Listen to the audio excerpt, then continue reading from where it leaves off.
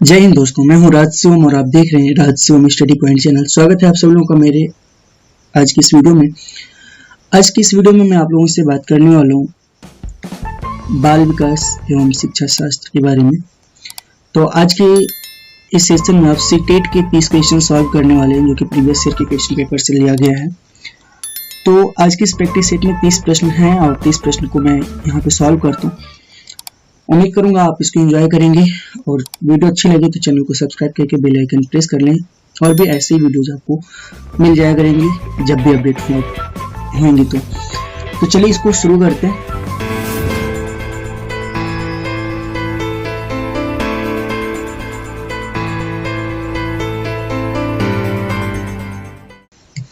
Video तो वैसे भी 10 मिनट से ज्यादा ही जाती है।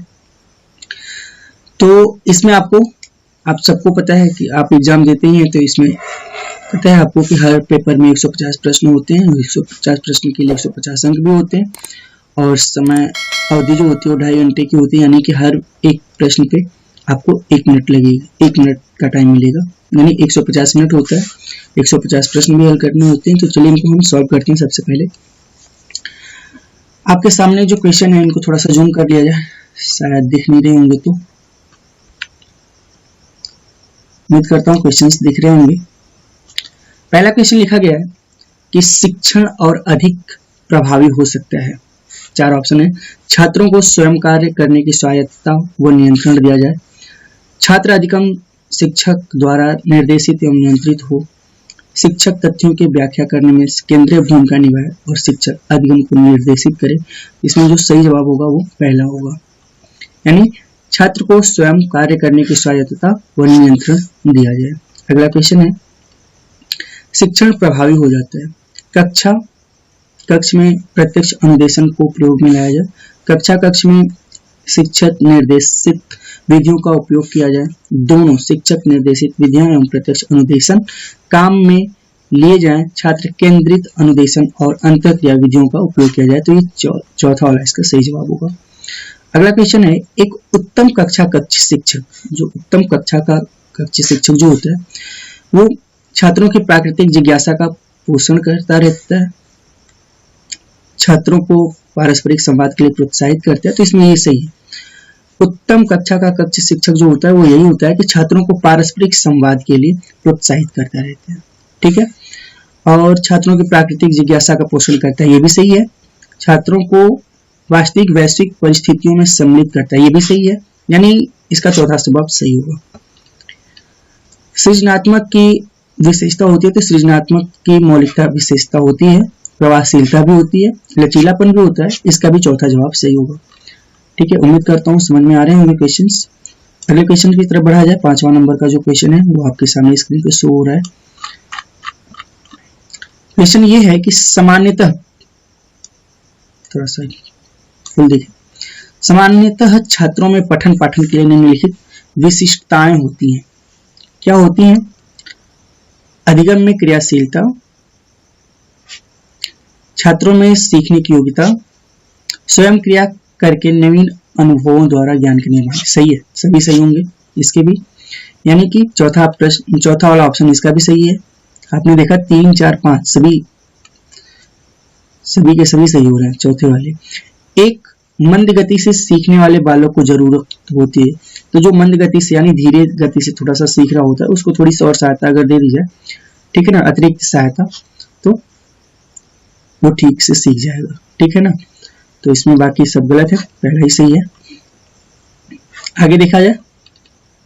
अगला क्वेश्चन है आपके सामने, आपके द्वारा पूछे गए प्रश्न का विद्यार्थी गलत उत्तर देता है, तो आप क्या करेंगे? जैसे आप भाई जाहिर सी बात है, जब सीटेट का एग्जाम दे रहे हैं तो उसके बाद आप सुपर टेट देंगे, फिर एक टीचर बन जाएंगे। तो टीचर बनने के बाद वो क्वेश्चन पूछा जा रहा है आपके लिए, ये कह सकते हैं कि डिसीजन मेकिंग का क्वेश्चन है कि आपके द्वारा पूछे गए प्रश्न का विद्यार्थी गलत उत्तर देता है, तो आप क्या करेंगे? यही कर सकते हैं आप कि दूसरा प्रश्न पूछेंगे जिससे विद्यार्थी स्वयं महसूस करे कि उत्तर गलत था। इसका पहला जवाब भी सही हो जाएगा। आगे है, शिक्षण को निम्न प्रकार से परिभाषित किया जाता है। शिक्षण को, तो शिक्षण को अधिगम का सरलीकरण, ये सही जवाब होगा। अधिगम का सरलीकरण, ये शिक्षण को निम्न प्रकार से परिभाषित किया जाता है, इसमें पहला जवाब सही होगा। निम्न है अगला क्वेश्चन, निम्नलिखित में से कौन सा स्तर शिक्षण का है? तो कौन सा स्तर है? परावर्तक, अंतःक्रियात्मक। शिक्षण का स्तर पूछ रहा है ना, ये नहीं होगा, संकलित भी नहीं होगा, फिर पहला से ये परावर्तक वाला। ये आप जिस क्वेश्चन को, जिस प्रैक्टिस सेट को आप सॉल्व करें, ये प्राइमरी लेवल का है 1 से 5 तक के लिए। तो ये बताना मैं भूल गया था, थोड़ा सा जान लीजिएगा कि प्राइमरी लेवल के क्वेश्चंस पूछे जा रहे हैं अभी, और इन पे मैं आपके लिए वीडियोस बना रहा हूँ। ये है, शिक्षकों को निम्नलिखित शिक्षण विधियों को अभ्यास में लाना चाहिए। कौन सा? भाषण विधि, अंतःक्रियात्मक विधि, ये सही है, अंतःक्रियात्मक विधि को लाना चाहिए। उपयुक्त में से कोई नहीं, इसमें दूसरा वाला सबसे सही होगा। विद्यार्थियों को दिए जाने वाले परामर्श की सर्वाधिक उपयोगिता है। ठीक है, तो परामर्श जो उनको देते हैं उसमें आत्मविश्वास और अभिवृद्धि होती है। ठीक है ना, तो चौथा वाला सही है। बहुग्रेड का मतलब कि बहु मतलब ज्यादा, एक से ज्यादा, ठीक है, और ग्रेड मतलब कि 1 2 3 4 मतलब, या फिर ग्रेड का मतलब 1 grade, A grade, B grade, C grade, ऐसे होता है ना। तो आप क्लास के बारे में वैसे बात हो रही है, तो अध्यापन कौन करता है? अध्यापक ही करते हैं। तो अध्यापक जब अध्यापन करते हैं तो वो एक से ज्यादा अगर क्लास को अटेंड करवाते हैं एक ही साथ, मतलब एक ही कमरे में बैठा देते हैं, पता चलता है कि 5 के भी, 7 के भी, 8 के भी, 10 के, कई क्लास के बच्चों को बैठा देते हैं, उनको पढ़ाते हैं, तो वो बहुग्रेड अध्यापन हो जाता है, जिसमें एक अध्यापक को एक ही समय में एक से अधिक कक्षाओं के बच्चों को पढ़ाना पड़ता है। ये सही है। शिक्षकों की भूमिका है, शिक्षकों की भूमिका क्या होती है? छात्र केंद्रित, क्रिया आधारित अंतःक्रियात्मक अधिगम का सृजन करना, ये शिक्षकों की मेन भूमिका होती है, मुख्य भूमिका यही होती है। पठन पाठन में शिक्षकों को करना चाहिए, क्या करना चाहिए कि जब पठन पाठन की बात होती है तो जिज्ञासु प्रवृत्ति का प्रोत्साहन कर देना चाहिए बच्चों को। ठीक है, 15वें क्वेश्चन की तरफ बढ़ते हैं। 15वां क्वेश्चन है कि एक प्रतिभाशाली बालक की आप मदद कर सकते हैं, कैसे? तो उसको आप उसे संवर्धित अधिगम अनुभव दे करके, मतलब आपके जो अनुभव है, ठीक है, उसको उसके साथ शेयर करके उसकी मदद कर सकते हैं। अगला क्वेश्चन है कि प्रोफेसर जीन पियाजे के अनुसार 0 से 14 वर्ष की आयु वर्ग के बालक का मानसिक विकास 4 अवस्थाओं में होता है, जिसमें 7 से 14 वर्ष आयु वर्ग के विकास की अवस्था को क्या कहेंगे? आप सबको पता है, ये मूर्त संकारिक अवस्था होती है।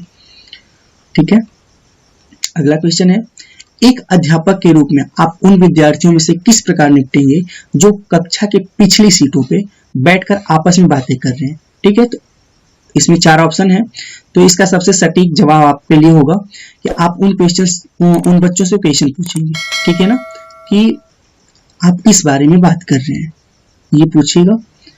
ठीक है, ये इसका सही जवाब होना चाहिए। वैसे ऑप्शन देखते हैं, ऑप्शन क्या है इसका? इसका ऑप्शन भी है,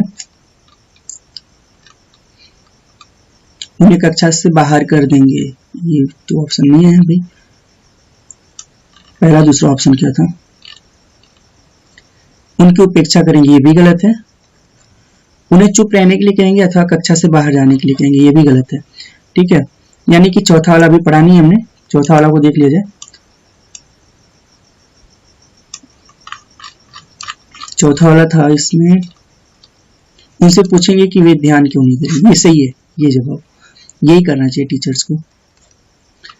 आगे बढ़ते हैं। अगला क्वेश्चन है कि एक बालक के व्यक्तित्व के मापन की सर्वाधिक वस्तुनिष्ठ विधि है। ठीक है, तो ये समाजनीति विधि है। भारत में शिक्षा प्रणाली छात्रों को जीवन के लिए तैयार करती है, रोजगार के लिए तैयार करती है, व्यावसायिक विषयों के लिए तैयार करती है। तो भारत की जो शिक्षा प्रणाली है वो परीक्षा के लिए तैयार करती है बच्चों को। अगला क्वेश्चन है, कक्षा का एक शरारती बालक अन्य छात्रों को परेशान करते हैं, एक अध्यापक को उसकी समस्या का कारण जानने हेतु किस विधि का प्रयोग करना चाहिए? ठीक है, सर्वेक्षण विधि, वैयक्तिक अध्ययन विधि का प्रयोग करना चाहिए। मौखिक मार्गदर्शन कम प्रभावशाली होता है, ये कौशल के क्षेत्र में, कौशल के शिक्षण में क्या होता है कि मौखिक मार्गदर्शन कम प्रभाव देता है। एक भावात्मक रूप से संतुलित छात्र, जो एक भावात्मक रूप से संतुलित छात्र है, वो क्या करता है? कक्षा कक्ष में अपने सहपाठियों से मैत्रीपूर्ण संबंध रखता है, ये सही जवाब होगा। कक्षा में अपने सहपाठियों से, ये गलत है, नहीं करता। वो नवीन विचारों में, ये भी गलत है। सहपाठियों द्वारा दिए गए विचारों को, ये इसमें का पहला जवाब सही होगा। शिक्षक की भूमिका ज्ञान का स्थानांतरण करना, ज्ञान देना, कौशल अर्जित करने में प्रशिक्षित करना, ज्ञान निर्माण का सरलीकरण करना। तो शिक्षक की भूमिका यही होती है, ज्ञान निर्माण का सरलीकरण करना। आप कक्षा का अवधान केंद्रित कर सकते हैं, उच्च स्वर में बोलकर, श्यामपट्ट पर लिखकर, चित्र बनाकर, उद्दीपन परिवर्तन द्वारा। ये सबसे सटीक जवाब होगा, ठीक है ना। वैसे तो सब करके कर सकती, थोड़ा सा तेज भी बोलेंगे तो भी बच्चे थोड़ा सा डर करके सुनेंगे, श्यामपट्ट पे लिखेंगे तो बच्चे कुछ ध्यान देते, कुछ नहीं भी देते, चित्र बना करके समझाएंगे तो भी अच्छा लगता है, ठीक है। लेकिन उद्दीपन परिवर्तन हमेशा मतलब कुछ अलग अलग करके आप बताते रहेंगे उनको, ठीक है। उनको प्रोत्साहित करेंगे, उत्साहित करेंगे, उनके मन में एक जिज्ञासा लाएंगे, तो इस तरीके से आप बच्चों का ध्यान अपनी तरफ केंद्रित कर सकते हैं। अनुकूलीय एवं सकारात्मक व्यवहार के लिए छात्र में निम्न जीवन कौशल आवश्यक है, ठीक है। प्रभावी अंतर्वैयक्तिक संप्रेषण, ये सही है। निर्णय लेने की योग्यता, ये भी सही है। भावनाओं और तनाव के साथ सामंजस्य, उपयुक्त सभी, ये सही है। इसमें चौथा वाला ऑप्शन सही होगा, ठीक है। कभी कभी ऐसा होता है कि सभी के सभी सही लगते हैं, जैसे इसमें भी सबके सब सही लग रहे थे, ठीक है, लेकिन एक होता है जो सबसे बेहतर होता है, तो जो सबसे बेहतर है वही ट्रिक लगा दिया जाता है।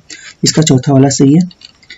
आगे बढ़ते हैं। कलर थोड़ा चेंज कर लिया जाए क्या, बार बार अभी तक हरा ही चल रहा है, थोड़ा सा लाल ले लिया जाए, ठीक है। अगले क्वेश्चन की तरफ बढ़ते हैं। लिखा गया है कि यदि एक विद्यार्थी कोई प्रश्न पूछता है जिसका उत्तर आपके पास नहीं है, तो आप क्या करेंगे। यही प्रश्न का जवाब ढूंढेंगे और अगले दिन उसे बता देंगे। 27वें प्रश्न की तरफ बढ़ा जाए। 30 प्रश्न तो हैं, अभी 2-3 प्रश्न और बचे हुए हैं। एक चिंतनशील शिक्षक कक्षा में ऐसी परिस्थिति उत्पन्न करता है कि छात्र भाषण सुन सकें, गलत। कक्ष में शिक्षक के भाषण के नोट्स ले सकें, ये गलत है। कक्षा कक्ष में अनुशासन बनाए रखें। छात्रों और शिक्षक में पारस्परिक अंतःक्रिया, ये सही है। छात्रों और शिक्षक में पारस्परिक अंतःक्रिया को प्रोत्साहन मिले। अगला क्वेश्चन है, शिक्षा का उद्देश्य होना चाहिए।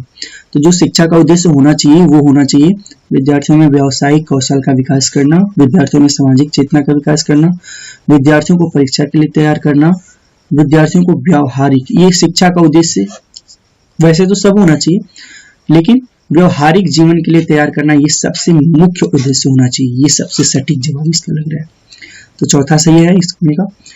एक छात्र को मार्गदर्शन देने के लिए एक अध्यापक को जानना आवश्यक है अध्ययन की कठिनाई को, उसके व्यक्तित्व को, उसके घर के वातावरण को, उपयुक्त सभी। तो इसके देखिए, उसके घर के वातावरण को, उसके व्यक्तित्व को और उसकी अध्ययन की कठिनाई को, सबको जानना चाहिए एक टीचर को, ठीक है।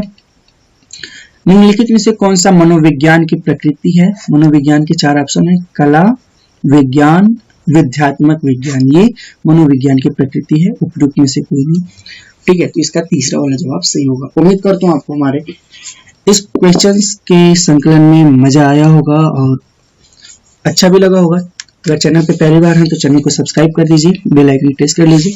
मिलते हैं अगले वीडियो में, तब तक के लिए नमस्कार, bye bye, thank you, enjoy yourself.